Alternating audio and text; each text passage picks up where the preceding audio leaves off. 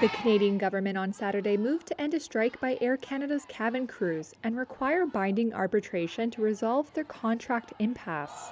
The move comes after thousands of unionized flight attendants walked off the job shortly after midnight over a wage contract dispute. The strike forced Canada's largest airline to cancel all 700 of its scheduled flights, affecting more than 100,000 travelers who had to find alternative flights or stay put. Jobs Minister Patty Hajdu said at a news conference she had asked the Canadian Industrial Relations Board to impose binding arbitration on both sides and immediately end the strike. After 8 months of negotiations and weeks of intensive mediation, Air Canada and the Canadian Union of Public Employees flight attendants were unable to reach a tentative agreement.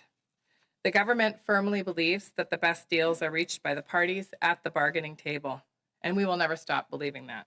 Air Canada had asked Prime Minister Mark Carney's minority Liberal government to act. The Canadian Union of Public Employees, or CUPE, which represents more than 10,000 Air Canada flight attendants, said it wanted a negotiated solution.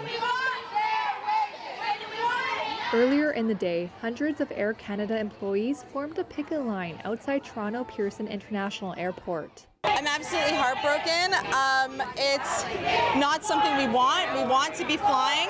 We just want to be compensated fully and fairly for all the hours that we are at work. The carrier had previously offered a 38% increase in total compensation for flight attendants over 4 years, with a 25% raise in the first year, which CUPE said was insufficient. But the most contentious issue has been the union's demand for compensation for time spent on the ground between flights and when helping passengers board.